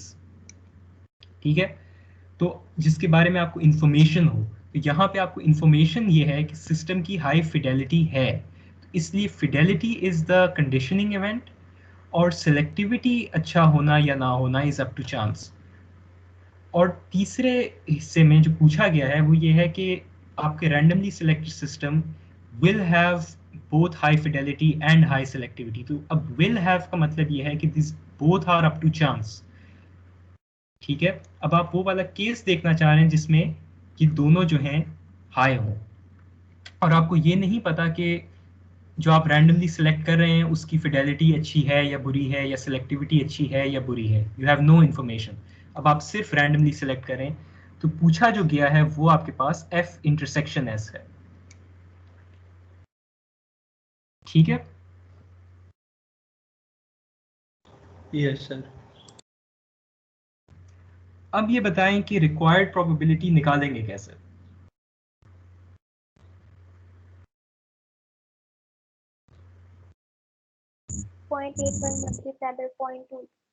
जी, तो मतलब सिंपली आपने वो कंडीशनल प्रोबेबिलिटी का फॉर्मूला इस्तेमाल करके, अब क्योंकि आपके पास ज़ाहिर फिडेलिटी कंडीशनिंग इवेंट है तो साथ मल्टीप्लाई भी फिडेलिटी की इंडिपेंडेंट प्रॉपर्टी होनी चाहिए, कि प्रोबेबिलिटी होनी चाहिए, यानी कि relative to the sample space. जिस तरह यहाँ पे हम कहते हैं जो कंडीशनिंग इवेंट हो उसकी साथ प्रोबेबिलिटी मल्टीप्लाई होनी चाहिए, तो ऐसा ही केस हमारे पास है, रिक्वायर्ड इन्फॉर्मेशन अवेलेबल है। तो यहाँ पे आप सिंपली इन दो वैल्यूज को मल्टीप्लाई करेंगे और आपके पास रिक्वायर्ड प्रोबेबिलिटी आ जाएगी। तो प्रोबेबिलिटी के क्वेश्चंस में कैलकुलेशंस इतनी लंबी नहीं होती, आपको कैलकुलेशंस करने में टाइम नहीं लगेगा, लेकिन इंपॉर्टेंट चीज़ ये है कि आप पहले अपनी रिक्वायर्ड या इंफॉर्मेशन कि आपसे मांगा क्या जा रहा है और आपको गिवन इंफॉर्मेशन क्या है उसको सही से कैटेगराइज कर सकें। तो टाइम इस पे लगना चाहिए कि सवाल समझा जाए सही से कि आपको क्या बताया गया है, क्या पूछा गया है, क्या वो कौन सा इवेंट है जिसकी इंफॉर्मेशन दी गई है, क्या वो एक इंडिपेंडेंट इवेंट है, क्या वो स्टैंड अलोन इवेंट है, या वो कुछ इवेंट्स का कॉम्बिनेशन है, उसको आप किस तरह से रिप्रेजेंट करेंगे, ये डिसाइड करने पे टाइम लगना चाहिए। कैलकुलेशन करना इज वेरी स्ट्रेट फॉरवर्ड, लेकिन अगर आपने पीछे क्वेश्चन नहीं सही से समझा होगा तो कैलकुलेशन भी गलत हो जाएगी, क्योंकि आपको गलत प्रोबेबिलिटीज या गलत इवेंट बना के उसको गलत तरीके से हैंडल कर रहे होंगे। ठीक है,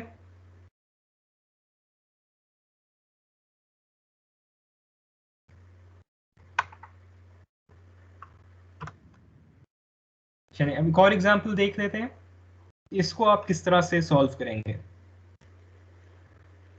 क्वेश्चन पढ़ें और इवेंट्स, ज़ाहिर सबसे पहला काम ये होना चाहिए कि आपको जो इन्फॉर्मेशन दी गई है सवाल में उसको आप इवेंट्स में कैटेगराइज करें। ठीक है, आप सैम्पल स्पेस जल्दी से फैसला करें कि प्रॉब्लम किस तरह की है, इसमें सैम्पल स्पेस किस क्वांटिटी को रिप्रेजेंट करती है, और उसके बाद आप इवेंट्स उसके डिवाइड करना शुरू करें कि आपकी गिवन इन्फॉर्मेशन से ही आपको पता चल जाएगा कि आपको कितने इवेंट्स बनाने हैं और इवेंट्स कौन कौन से होंगे।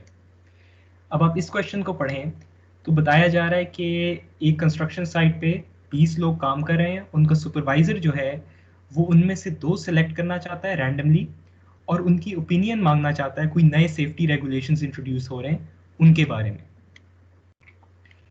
ठीक है, 20 में से 12 लोग ऐसे हैं जो कि नए कवानीन के हक में हैं और 8 ऐसे हैं जो कि उनके खिलाफ हैं, और पूछा यह जा रहा है कि क्या प्रोबेबिलिटी है कि दोनों जो वर्कर्स सेलेक्ट करेगा सुपरवाइजर वो सेफ्टी रेगुलेशंस के खिलाफ होंगे।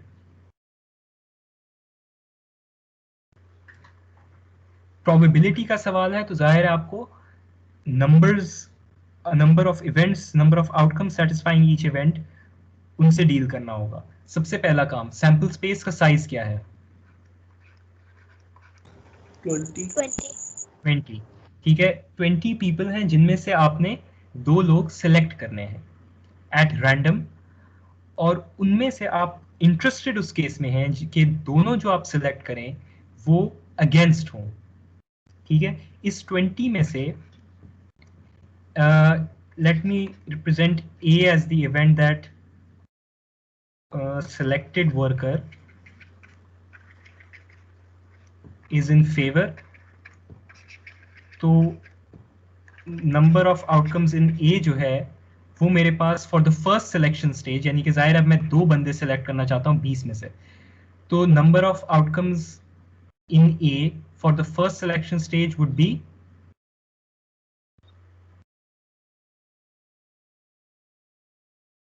कितने होंगे यार?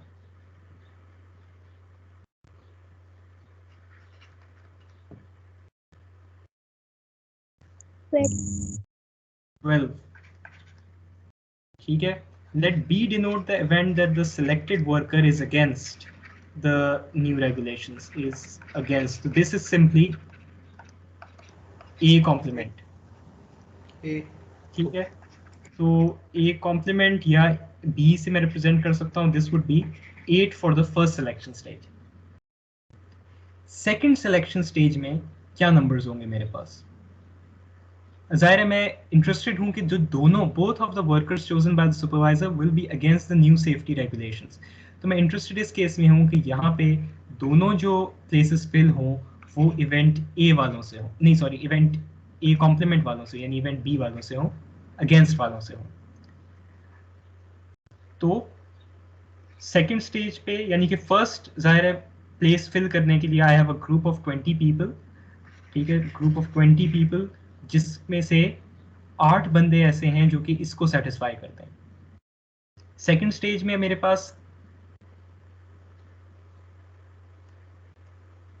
कितने हैं?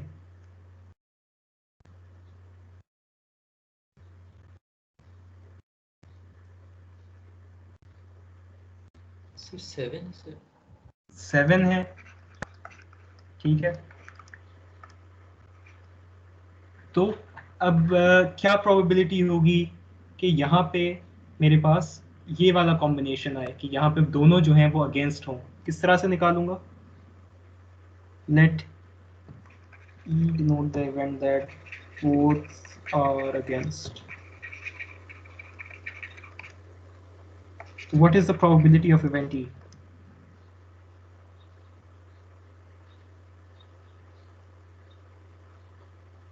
सर ये शुरू से समझ नहीं आया सर 8/20 कर लेंगे सर। पहले शुरू से मैं बताता हूँ, पहले एक दफ़ा इसको कंप्लीट कर लें। 8/20, 8/20 तो फर्स्ट के अगेंस्ट होने की प्रोबेबिलिटी रिप्रेजेंट करता है। दोनों के अगेंस्ट होने की प्रोबेबिलिटी क्या होगी? 2 गिवन 8, मतलब उन्होंने हमें बताया है कि जो हम 2 सेलेक्ट करेंगे वो अगेंस्ट होंगे, तो ये तो इस तरह हो सकता है कि 2 गिवन 8 गिवन 8 नहीं, देखें, अच्छा ठीक है, आप कुछ हद तक सही लाइन पे हैं, लेकिन थोड़ा सा फॉर्मुलेशन ठीक नहीं है। देखें, ये आपके पास सिंपल मल्टीप्लिकेशन अप्रोच की प्रॉब्लम थी, ठीक है। इसको आप अभी कंडीशनल से भी कर सकते हैं, वो भी मैं करके दिखाता हूँ, और एक दफ़ा शुरू से उनको नहीं समझ आए उनको भी समझा देता हूँ। आपके पास number of outcome satisfying event E क्या बनता है? मल्टीप्लिकेशन अप्रोच आपको डायरेक्टली कहती है no repetition and order is not important. नहीं, ऑर्डर इज इम्पॉर्टेंट, क्योंकि जब आप यहाँ पे एक बंदा रिमूव कर रहे हैं तो अगले केस में आपके पास जाहिर है कि पॉसिबिलिटीज कम बचती हैं, तो ऑर्डर जो है जाहिर है सिलेक्शन का मैटर कर रहा है। तो नंबर ऑफ आउटकम्स जिसमें कि दोनों बंदे सिलेक्ट होने वाले अगेंस्ट होंगे, दैट इज 8 times 7, राइट? 56। दो स्टेजेस में आप सिलेक्ट कर रहे हैं। पहले स्टेज में आप 8 पॉसिबिलिटीज थी, और आपके पास सेकंड स्टेज में 7 पॉसिबिलिटीज थी, क्योंकि 7 ऐसे लोग बचे थे जो कि अगेंस्ट थे। और टोटल नंबर ऑफ पॉसिबिलिटीज किसी को भी रैंडमली सेलेक्ट करने की क्या थी? पहले स्टेज में आप 20 बंदे सेलेक्ट कर सकते थे, सेकंड बंदा जो है उसके लिए 19 लोग बचते थे। तो you simply had the required probability would be 8/20 divided by 7 times 7/19। आप इस तरह से कर लें, पहली स्टेज की probability times सेकंड स्टेज की probability, या फिर आप इसको 8 times 7 पूरे इवेंट की number divided by all possible outcomes का number. This is also the same thing। तो ये प्रॉब्लम काफ़ी सिंपल था, लेकिन वो शायद आप लोग एक्सपेक्ट कर रहे थे कि कंडीशनल प्रोबेबिलिटी की फॉर्म में आएगा, जो कि एक्सप्लिसिटली ये नहीं था। अच्छा, अब अगर इसको मैं कंडीशनल प्रोबेबिलिटी की फॉर्म में लिखना चाहूँ, उसके लिए मुझे इवेंट्स थोड़े से मुख्तलिफ तरीके से डिफाइन करने पड़ेंगे, ठीक है। Let A denote the event that the first person selected is against the new regulations, ठीक है।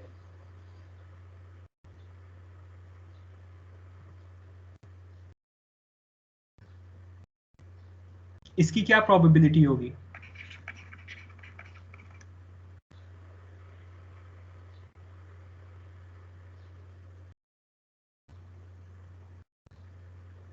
सिंपल इवेंट है, the number of outcome satisfying event A divided by the number of outcomes in the sample space. So this would be 8 people in the sample space are against, ठीक है, तो first person के लिए, और you have 20 people। Requirement आपकी क्या है? Requirement ये है कि let me define event B, second person selected is against. सवाल में आपसे पूछा यह गया है कि what is the probability of both the first and the second person being against the new regulation. So you're actually interested in A intersection B. Conditional probability की form में you could represent this as B given A times probability of A, right? अब जब आप probability of B निकालेंगे, तो this would actually be given that the first person is against, क्योंकि you are dealing without repetitions, तो जब आप यहाँ पे numbers लिख रहे हैं, तो this is not against the sample space. अगर आप सैंपल स्पेस लिख भी दें तो this sample space has been reduced, ठीक है। So this has actually been modified by event A, and this is B intersection A. तो जब पहला बंदा आपने सेलेक्ट कर लिया अगेंस्ट, उसके बाद कितने बंदे बचते हैं अगेंस्ट जाने के लिए? वो 7 थे, और पीछे आपके पास रिड्यूस सैम्पल स्पेस में कितने बंदे बचे? 19. तो this would be again 7 by 19 times 8 by 20. You get the same conclusion, चाहे आप मल्टीप्लिकेशन अप्रोच इस्तेमाल करें, चाहे आप कंडीशनल प्रोबेबिलिटी इस्तेमाल करें, लेकिन मेरे ख्याल से इस क्वेश्चन पे मल्टीप्लिकेशन अप्रोच अप्लाई करना वाज सिंपलर. ये समझ आया?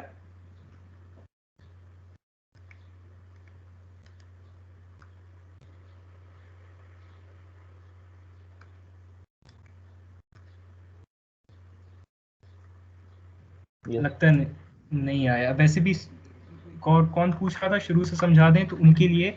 देखें क्वेश्चन में आपसे क्या मांगा गया, ये बताया क्या गया है. सबसे पहले क्वेश्चन को पढ़ के इंफॉर्मेशन डिवाइड करनी है, ठीक है. क्वेश्चन में ये कहा गया है कि you have a group of 20 construction workers.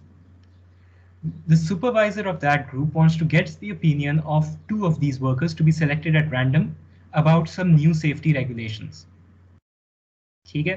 So you are dealing with a pool of 20 people, जिनमें से आपने 2 बंदे सिलेक्ट करने. ये वैसे प्रॉब्लम परम्यूटेशंस कॉम्बिनेशन से भी हो जाता है, परम्यूटेशन से, ठीक है, कि उसमें आपके पास you have pool size of 20, you have a selection size of 2, और उनमें से आपके पास डिविजन्स थी, 2 कैटेगरीज थी.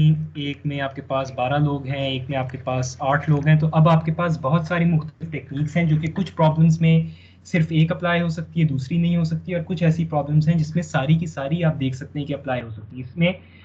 इसमें जो है एक और पॉसिबिलिटी ये थी कि आप इसको करते 8p1 टाइम्स 7p, नहीं एक मिनट, इसको किस तरह से करते हैं. हाँ, you had 8p1 times 7p1 divided by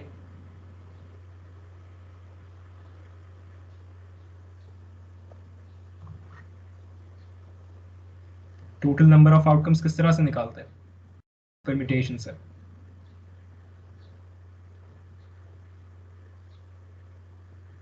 और permutation इस्तेमाल करते हैं या combination इस्तेमाल करते हैं? यार समझ आ रही है या नहीं आ रही है?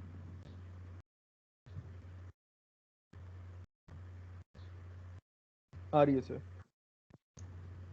मैं यहाँ पे क्या कर रहा हूँ, परम्यूटेशंस कॉम्बिनेशन से भी हम यही करते थे ना, कि number of outcomes that satisfy the event divided by number of outcomes in the sample space.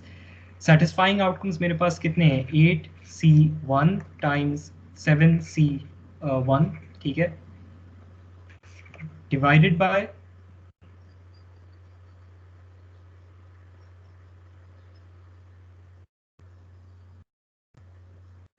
Sample space के नंबर ऑफ आउटकम्स. किस तरह से निकालूंगा कॉम्बिनेशन? 20 से 20c2. 20c2. तो ये इक्विवेलेंट आता है.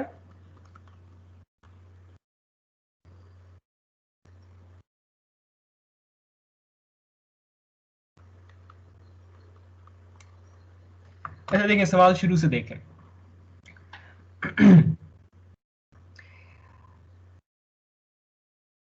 आपके पास ग्रुप है 20 कंस्ट्रक्शन वर्कर्स का. You have a sample size of 20. The supervisor wants to get the opinion of 2 of them to be selected at random about the new safety regulations. ठीक है, so you are selecting 2 people. Again वही बात है कि you have a selection size of 2 about the new safety regulations. अब इस sample space के अंदर आपको population की division पता है कि let's say S1 represents the people who are in favor. ये 12 लोग हैं. 12 workers favor the new regulations. The other 8 are against them. ठीक है, so this pool of 20 is split into 2 groups of different characteristics. And what is the probability that both of the workers chosen by the supervisor will be against the new safety regulations? तो आप चाहते ये हैं कि जो आपके पास 2 places हैं, जब ये fill हों तो ये इस वाले हिस्से में मौजूद लोगों से हो. ठीक है, अब इस प्रॉब्लम को सॉल्व करते हुए it doesn't matter if they are people, if they are items उनकी आप कैरेक्टरिस्टिक्स डिवाइड करें, अप्रोच जो है वो सेम रहती है। ठीक है, क्वेश्चन समझ आया है मांग क्या रहा है? Yes sir. ठीक है,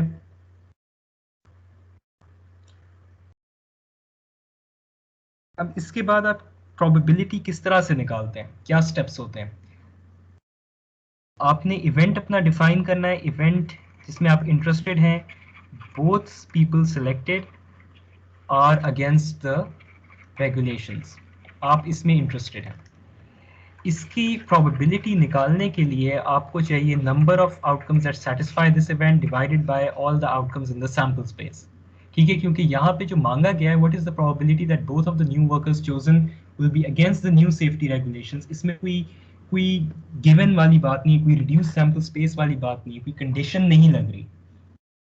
ठीक है, रैंडमली सिलेक्ट करें 20 में से, और क्या चांस है कि उनमें से दोनों जो हैं सिलेक्ट किए हुए लोग जो हैं वो आपके सेफ्टी रेगुलेशंस के खिलाफ होंगे।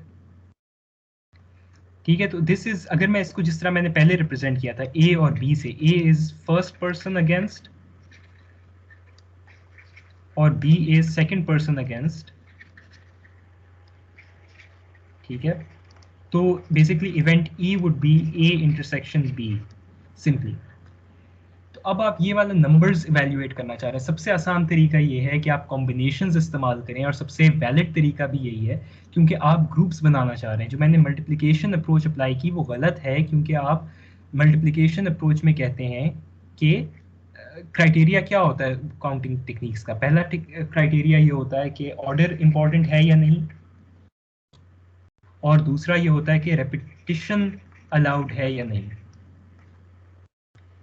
तो इससे फर्क पड़ता है कि जो आप पहला बंदा सेलेक्ट करें ये कौन है और सेकंड बंदा कौन है, एज लॉन्ग एज दोनों अगेंस्ट हों, आपका इवेंट सेटिस्फाई होता है या नहीं होता।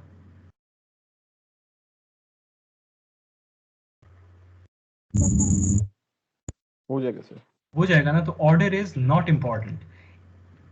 इसी तरह रेपिटिशन जो है वो नॉट अलाउड है, because you are dealing with people, यानी कि you are dealing with, in other words, items that can not be reproduced. ठीक है, एक दफा आपने बंदा सेलेक्ट कर लिया, उसके बाद ही can not still be inside the pool of selection. तो what is this? This is a combination problem. ठीक है, तो इसको आप इवेल्युएट करेंगे किस तरह से कि आप स्पेसिफिकली चाहते हैं कि इवेंट ई जो है वो ये वाला स्पेसिफिक इवेंट है कि दोनों बंदे जो हैं वो अगेंस्ट वाले आए। तो इसका जो न्यूमरेटर है उसमें आप स्पेसिफिकली देखना चाहते हैं कि पहला बंदा भी अगेंस्ट से आए, यानी कि S2 वाले ग्रुप से आए, और सेकंड बंदा भी, ठीक है, first person second person both must be from this division of the population. तो इसलिए आप इसमें से फर्स्ट स्टेज पे अप्लाई करेंगे 8C1 टाइम्स 7C1। ठीक,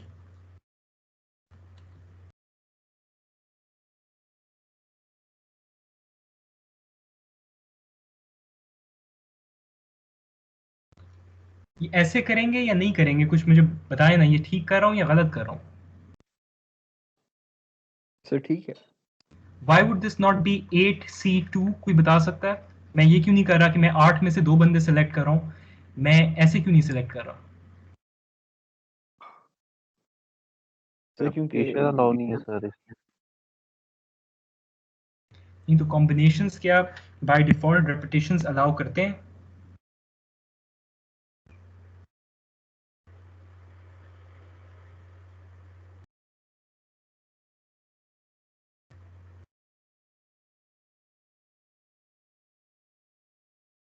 क्या ख्याल है? अगर मैं 8C2 करता हूँ इसका क्या मतलब हुआ? क्या इसमें रेपिटेशन अलाउ हो गई है?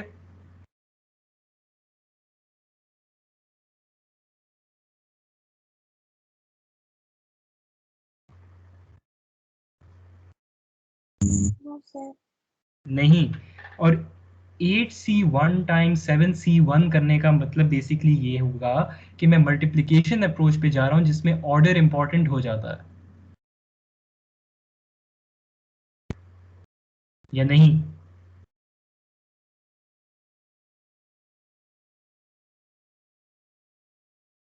ये चीजें लगता है अभी भी सर क्लियर रिपीट होगा सर?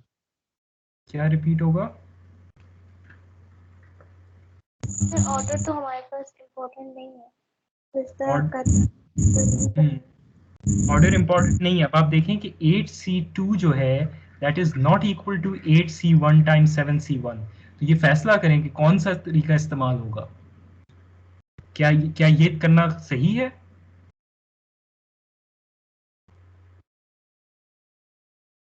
जब ऑर्डर इम्पोर्टेंट नहीं है तो जरूरत नहीं है, हम डायरेक्ट 8C2 कर देते हैं।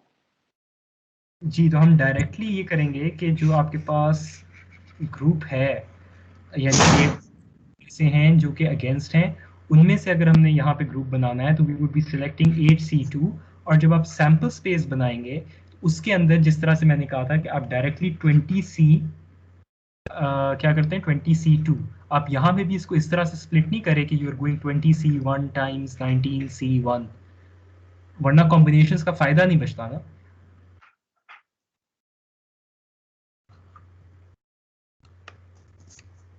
ये तो काफी सिंपल प्रॉब्लम था जो कि पिछले वीक के कॉन्सेप्ट्स में से था।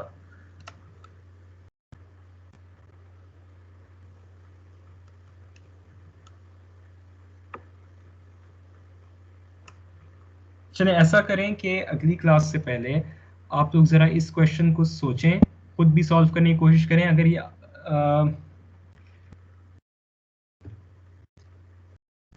मतलब अभी भी किसी को नहीं समझ आया कि ये इस तरह से हम क्यों कर रहे हैं, या किसी को ना समझ आया हो कि मैं उसको उस तरह से क्यों नहीं कर रहा 8C1 टाइम्स 7C1।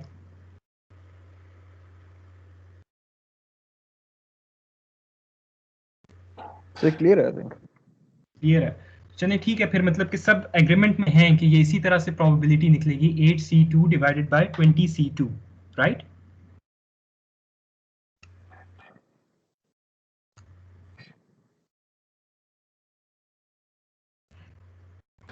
यस अगर मैं इस तरह से कहता कि यहाँ पे पहला जो आप सिलेक्ट करें this guy should be in agreement, the other guy should not be in agreement, फिर आप क्या करते हैं?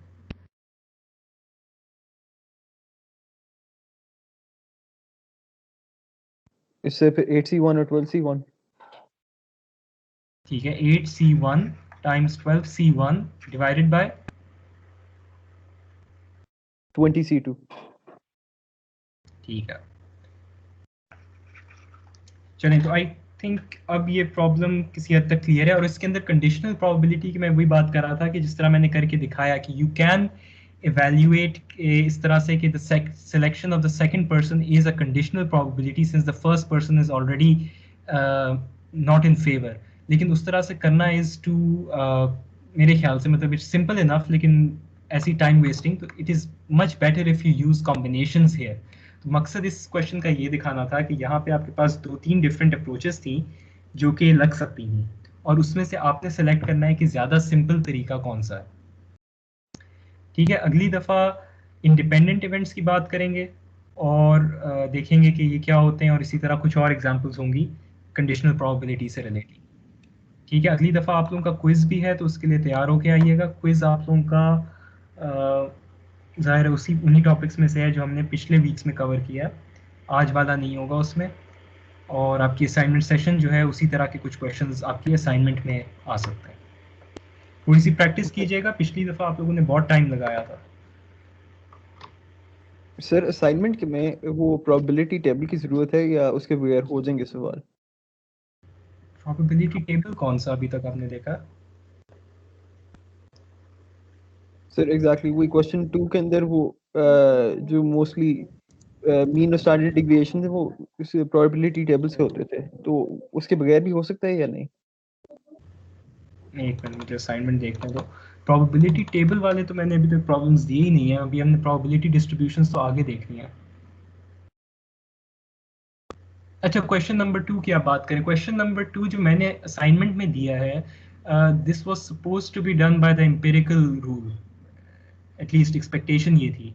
ठीक है, प्रोबेबिलिटी टेबल से तो हो जाते हैं, लेकिन अभी तक हमने वो देखे नहीं है, तो आई थिंक हमने प्रोबेबिलिटी टेबल तो नहीं अभी तक देखेगा। We haven't touched probability distributions. तो ये एटलीस्ट आइडिया ये था कि ये एम्पिरिकल रूल से आप लोग अटेम्प्ट करेंगे, ना कि टेबल से। Understood sir. ठीक है, मतलब अगर जैसे हम मिड टर्म तक अगर प्रोबेबिलिटी डिस्ट्रीब्यूशंस नहीं स्टार्ट करते या इस पॉइंट तक नहीं पहुंचते कि उसके अंदर हम प्रोबेबिलिटी टेबल्स देखें, जो कि मेरा ख्याल है मुश्किल है, तो आप लोगों से इस तरह के क्वेश्चंस आई वुड एक्सपेक्ट कि आप लोग एम्पिरिकल रूल से सॉल्व करना या चेबिशेव थ्योरम से एटलीस्ट सॉल्व करना जानते होंगे कि किस तरह से होगा। जो हमने देखा था कि जेड स्कोर निकाल के उसके एक्सप्रेशन के अंदर डालना, या उसकी स्टेटमेंट जो थी जिस तरह से एम्पिरिकल रूल की कि for z equals 1 2 3 you have these probabilities, उस तरह से फिर आप इसको अटेम्प्ट करेंगे। ठीक है, बाकी असाइनमेंट का अगर किसी के पास किसी को ना समझ आए तो you still have one more day before the quiz to approach me and ask questions, तो अटेम्प्ट कर लीजिएगा। और हाँ वही बात है कि क्विज असाइनमेंट सेशन में आप लोगों ने पिछली बार बहुत टाइम लगाया था, इस बार क्योंकि प्रोबेबिलिटी टाइप के क्वेश्चंस हैं तो calculation would be very simple या वेरी शॉर्ट, तो टाइम अगेन बहुत ज़्यादा नहीं होगा। आप एम करें कि जिस तरह से प्रोबेबिलिटी के क्वेश्चंस हैं you should be able to wrap those up in like 10 minutes. 5 minutes would be ideal, लेकिन चलें 10 मिनट्स के टाइम लगना चाहिए सवाल समझने पे, लेकिन उसके बाद कैलकुलेशन में कोई ख़ास चीज़ नहीं होती, बहुत वन लाइनर आंसर्स होते हैं। तो उसका देखिएगा कि क्विज वगैरह में इतना टाइम मत एक्सपेक्ट कीजिएगा। ठीक है,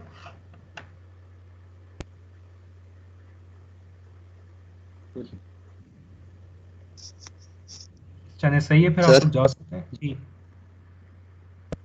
सर ये दरमियान में सर मेरी लाइट चली गई थी, कॉल ड्रॉप हो गया था सर। अच्छा सर मेरा